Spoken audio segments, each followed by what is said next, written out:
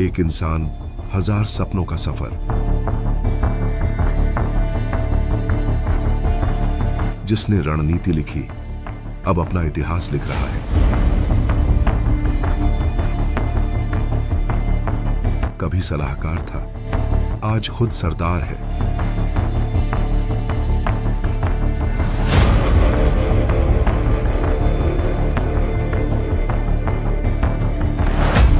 सत्ता के खेल में उसने जनता को ताकत बनाई। जनता का विश्वास उसकी असली पहचान है। यह सिर्फ राजनीति नहीं, बिहार का जनसुराज है।